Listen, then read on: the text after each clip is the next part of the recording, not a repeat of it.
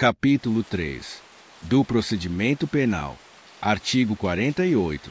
O procedimento relativo aos processos por crimes definidos neste título rege-se pelo disposto neste capítulo, aplicando-se, subsidiariamente, às disposições do Código de Processo Penal e da Lei de Execução Penal. Parágrafo 1º.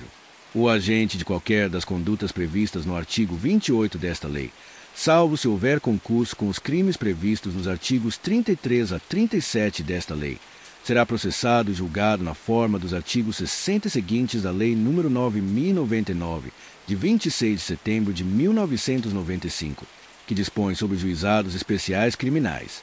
Parágrafo 2º. Tratando-se da conduta prevista no artigo 28 desta lei, não se imporá prisão em flagrante, devendo o autor do fato ser imediatamente encaminhado ao juízo competente ou, na falta deste, assumir o compromisso de a ele comparecer, lavrando-se termo circunstanciado e providenciando-se as requisições dos exames e perícias necessários. Parágrafo 3º. Se ausente a autoridade judicial, as providências previstas no parágrafo 2º deste artigo serão tomadas de imediato pela autoridade policial, no local em que se encontrar vedada a detenção do agente. Vide ADIM 3.807. Parágrafo 4º. Concluídos os procedimentos de que trata o parágrafo 2º deste artigo, o agente será submetido a exame de corpo de delito, se requerer ou se a autoridade de polícia judiciária entender conveniente, e em seguida liberado. Parágrafo 5º. Para os fins do disposto no artigo 76 da Lei nº 9.099, de 1995, que dispõe sobre os juizados especiais criminais, o Ministério Público poderá propor a aplicação imediata de pena prevista no artigo 28 desta lei, a ser especificada na proposta. Artigo 49. Tratando-se de condutas tipificadas nos artigos 33, caput parágrafo 1º, e 34 a 37 desta lei, o juiz, sempre que as circunstâncias o recomendem, empregará os instrumentos protetivos de colaboradores e testemunhas previstos na Lei nº 9.807, de 13 de julho de 1999. Seção 1. Da investigação. Artigo 50. Ocorrendo prisão em flagrante, a autoridade de polícia judiciária fará, imediatamente, comunicação ao juiz competente, remetendo-lhe cópia do auto lavrado, do qual será dada vista ao órgão do Ministério Público em 24 horas. Parágrafo 1º. Para o efeito da lavratura do auto de prisão em flagrante e estabelecimento da materialidade do delito, é suficiente o laudo de constatação da natureza e quantidade da droga, firmado por perito oficial ou, na falta deste, por pessoa idoneia. Parágrafo 2º. O perito que subscrever o laudo a que se refere o parágrafo 1º deste artigo não ficará impedido de participar da elaboração do laudo definitivo. Parágrafo 3º. Recebida a cópia do auto de prisão em flagrante, o juiz, no prazo de 10 dias, certificará a regularidade formal do laudo de constatação e determinará a destruição das drogas apreendidas, guardando-se a amostra necessária à realização do laudo definitivo, incluído pela Lei nº 12.961, de 2014. Parágrafo 4º. A destruição das drogas será executada pelo delegado de polícia competente no prazo de 15 dias na presença do Ministério Público e da autoridade sanitária, incluído pela Lei nº 12.961, de 2014. Parágrafo 5º. O local será vistoriado antes e depois de efetivada a destruição das drogas referida no parágrafo 3º, sendo lavrado o auto circunstanciado pelo delegado de polícia, certificando-se neste a destruição total delas. Artigo 50-A. A destruição das drogas apreendidas sem ocorrência de prisão em flagrante será feita por incineração, no prazo máximo de 30 dias contados da data da apreensão, guardando-se a amostra necessária à realização do laudo definitivo. Redação dada pela Lei nº 13.840, de 2019. Artigo 51.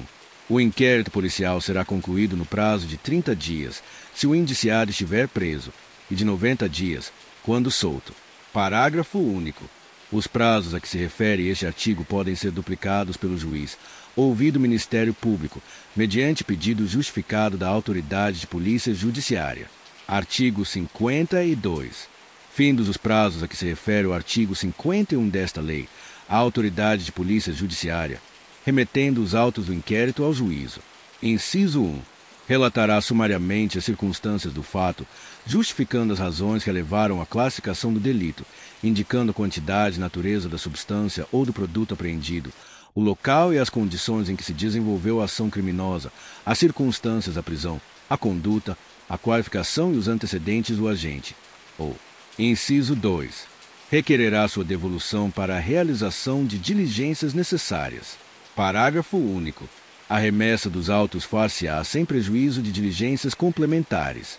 Inciso 1. Necessárias ou úteis à plena elucidação do fato, cujo resultado deverá ser encaminhado ao juízo competente até 3 dias antes da audiência de instrução e julgamento. Inciso 2. Necessárias ou úteis à indicação dos bens, direitos e valores de que seja titular o agente, ou que figurem em seu nome, cujo resultado deverá ser encaminhado ao juízo competente até 3 dias antes da audiência de instrução e julgamento. Artigo 53. Em qualquer fase da persecução criminal relativa aos crimes previstos nesta lei, são permitidos, além dos previstos em lei, mediante autorização judicial e ouvido Ministério Público, os seguintes procedimentos investigatórios. Inciso 1. A infiltração por agentes de polícia em tarefas de investigação, constituída pelos órgãos especializados pertinentes. Inciso 2.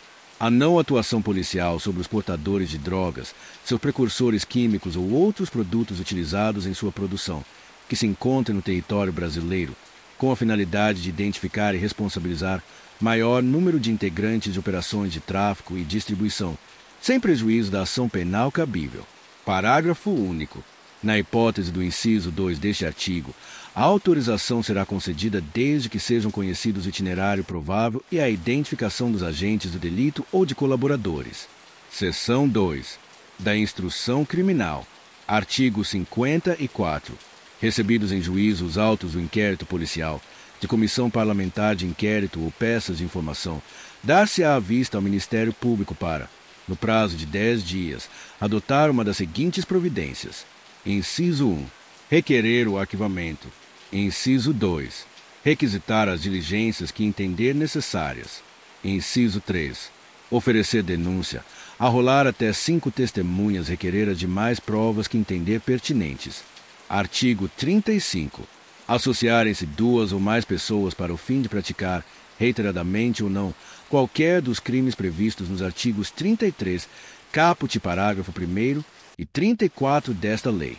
Pena: reclusão de 3 a 10 anos e pagamento de 700 a 1.200 dias multa.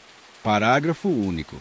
Nas mesmas penas do caput deste artigo incorre quem se associa para a prática reiterada do crime definido no artigo 36 desta lei. Artigo 36. Financiar ou custear a prática de qualquer dos crimes previstos nos artigos 33, caput parágrafo 1º e 34 desta lei. Pena: reclusão de 8 a 20 anos e pagamento de 1.500 a 4.000 dias multa. Artigo 37. Colaborar, como informante, com grupo, organização ou associação destinados à prática de qualquer dos crimes previstos nos artigos 33, caput parágrafo 1º e 34 desta lei. Pena: reclusão de 2 a 6 anos e pagamento de 300 a 700 dias multa. Artigo 38. Prescrever ou ministrar, culposamente, drogas, sem que delas necessite o paciente, ou fazê-lo em doses excessivas ou em desacordo com determinação legal ou regulamentar. Pena: detenção de 6 meses a 2 anos e pagamento de 50 a 200 dias multa. Parágrafo único. O juiz comunicará a condenação ao Conselho Federal da categoria profissional a que pertença o agente. Artigo 39. Conduzir embarcação ou aeronave após o consumo de drogas, expondo a dano potencial à incolumidade de outrem. Pena: detenção de 6 meses a 3 anos, além da apreensão do veículo, cassação da habilitação respectiva ou proibição de obtê-la, pelo mesmo prazo da pena privativa de liberdade aplicada, e pagamento de 200 a 400 dias multa. Parágrafo único. As penas de prisão e multa, aplicadas cumulativamente com as demais, serão de 4 a 6 anos e de 400 a 600 dias multa, se o veículo referido no caput deste artigo for de transporte coletivo de passageiros. Artigo 40. As penas previstas nos artigos 33 a 37 desta lei são aumentadas de 1/6 a 2/3, se: Inciso 1º. A natureza, a procedência da substância ou do produto apreendido e as circunstâncias do fato evidenciarem a transnacionalidade do delito. Inciso 2º. O agente praticar o crime prevalecendo-se de função pública ou no desempenho de missão de educação, poder familiar, guarda ou vigilância. Inciso 3º. A infração tiver sido cometida nas dependências ou imediações de estabelecimentos prisionais, de ensino ou hospitalares, de sedes de entidades estudantis, sociais, culturais, recreativas, esportivas ou beneficentes, de locais de trabalho coletivo, de recintos onde se realizem espetáculos ou diversões de qualquer natureza, de serviços de tratamento de dependente de drogas ou de reinserção social, de unidades militares ou policiais ou em transportes públicos. Inciso 4º.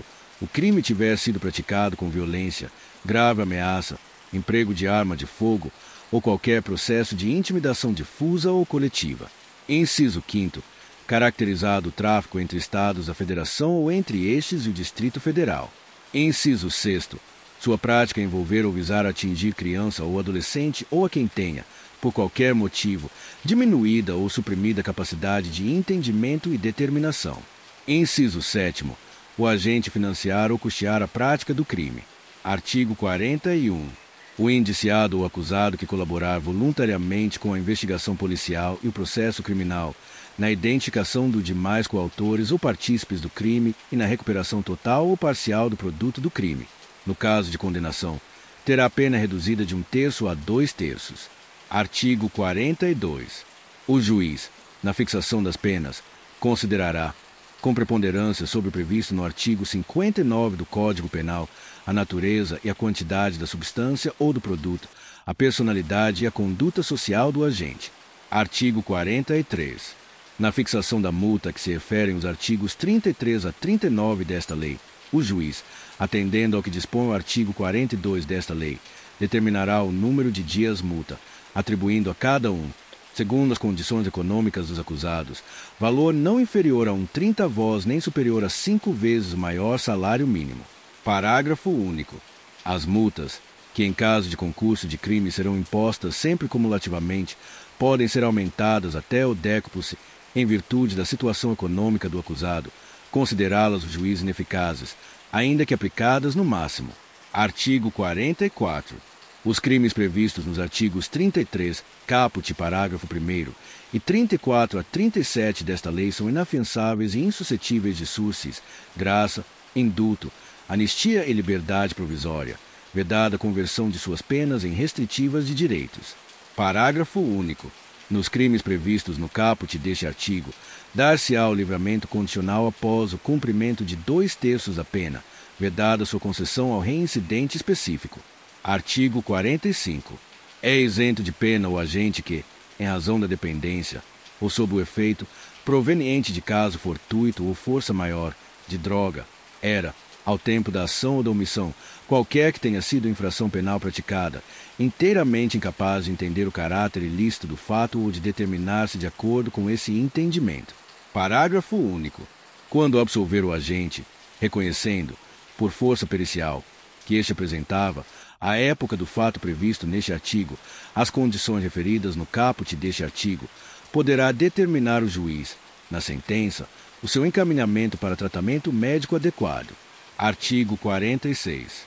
As penas podem ser reduzidas de 1/3 a 2/3 se, por força das circunstâncias previstas no artigo 45 desta lei, o agente não possuía, ao tempo da ação ou da omissão, a plena capacidade de entender o caráter ilícito do fato ou de determinar-se de acordo com esse entendimento.